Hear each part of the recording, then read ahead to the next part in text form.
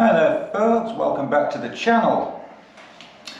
A little update on our Rolls-Royce Merlin here at RAF Snaith Museum.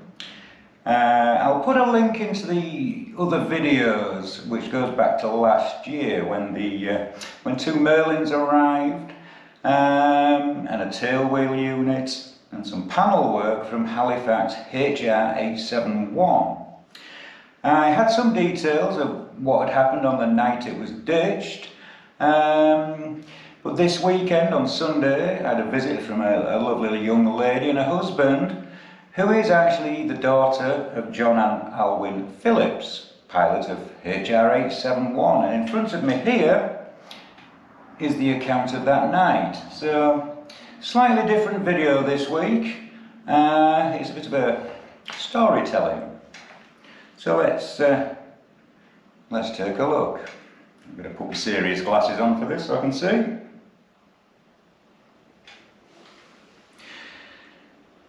Right, let's begin. August the 2nd, 3rd, 1943. Operation Gomorrah. That's how you pronounce it. If some of these pronunciations are wrong, I'm sorry folks. Aircraft. LQB, B for beer, HR871, and this was a 405 Royal Canadian Air Force Halifax Mark II with the Pathfinder Force 8 group. The bomb load was 9 500 HE bombs and 6 250 green target indicators. The crew: Captain, Flight Sergeant John Alwyn Phillips, DFM, he was 20. Navigator Pilot Officer WH Main Prize, 21. Bomb Aimer Sergeant V.A. Knight, 21. Wireless Operator Sergeant R.A. Andrews, age 21. Mid-Gunner Sergeant W.H. King, age 21. Rear Gunner Sergeant L.D. Conk, that's how you pronounce it, C-O-H-N-K-E, age 33, he was quite old. Flight Engineer Sergeant H.C. McLean, age 25. So that's the crew. So, Captain Alwyn Phillips, Halifax LQB, took off from Granston Lodge, Cambridgeshire at 2200 hours. Their mission as Pathfinders was to mark targets in Hamburg with target indicators in advance of the main force. On the last but one leg to the target of Hamburg, just after crossing the enemy coast, the plane ran into a heavy bank of cloud extending from about 1,000 feet to 3,000 feet. There was light flak and coastal guns, but the flight continued on track. There was considerable icing and much lightning in the cloud, and efforts were made to climb to get out of it, and then trying to bypass it to port or starboard. Both attempts were unsuccessful as the cloud extended a considerable distance, which would mean going too far off course, so it was decided unanimously by the crew to continue. At the turning point south of the target, the plane was struck by lightning, and a vivid, deafening flash encompassed the plane, temporarily blinding the captain and the gunners. It was that lightning strike that put out both inner engines, and this is one of the inner engines. The aircraft immediately went out of control and started to dive. violently from 18,000 feet, during which both inner engines failed. The engines were quickly feathered. That means the propeller was feathered so it creates less drag and it doesn't keep turning in the wind. And as soon as the pilot regained his sight, a course was set for the target. Much of the flying panel instruments were out of use, such as the airspeed indicator, rate of climb and artificial horizon. The radio was dead, as was the intercom. The pilot could only communicate with his crew by writing on slips of paper. The run onto the target was continued, but the aircraft lost so much height that the heavy explosive bomb shells were jettisoned. The target indicators were kept until further away from the target to ensure there was no confusion for the main force. By the time the target was reached, the aircraft was at 8,000 feet, still in considerable cloud, and it was losing height rapidly. The captain decided to bypass the target and make for the planned run-out track. But the starboard engine began to overheat and flak was now heavy.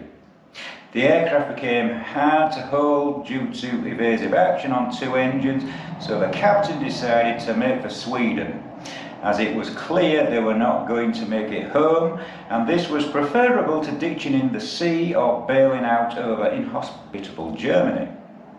A rough course was made and opposition on the enemy coast was slight. After 10 minutes of flight, they were out of the cloud. By this time, they were down to 5,000 feet. But the starboard engine began to improve slightly and height was maintained for a short time. Much to the crew's relief,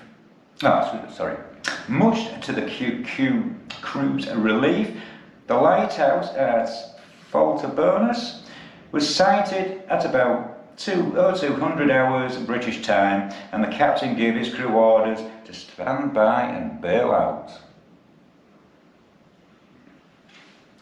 Captain Phillips gave the rear gunner permission to come forwards to the turret so he could bail out near his pal. The captain trimmed the aircraft to 190 degrees heading and 5 degrees descent to ensure the plane would ditch into the Baltic Sea to avoid Swedish civilian casualties before he also bailed out. Still in his seat, the pilot unfastened his Sutton harness and the flight engineer clamped the chest chute to him before he reported all crew had bailed out to safety and the flight engineer left by the forward escape hatch.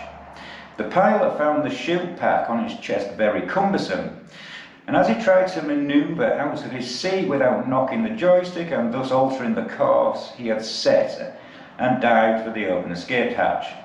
All crew bailed out safely with few injuries. The rear gunner broke a small bone in his ankle on landing, and the pilot had a severely lacerated and broken wrist due to his wristwatch fouling on the escape hatch as he exited the aircraft. The crew bailed out near Flyinge, sorry about these pronunciations folks, and landed in a line along the path of the stricken Halifax. On landing, Captain Phillips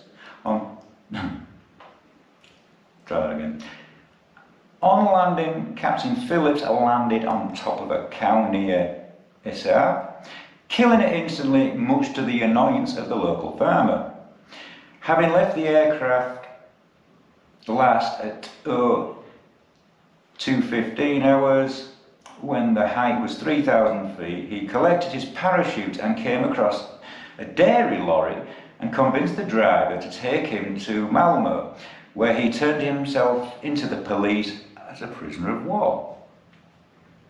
The rest of the crew were also collected by the Swedish army and brought to the nearby army camp at Revenge.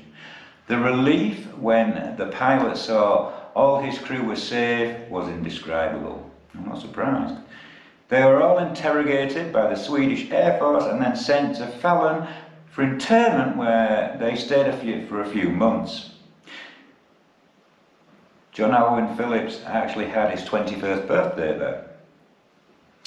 In the internment camp there were only a few Polish internees.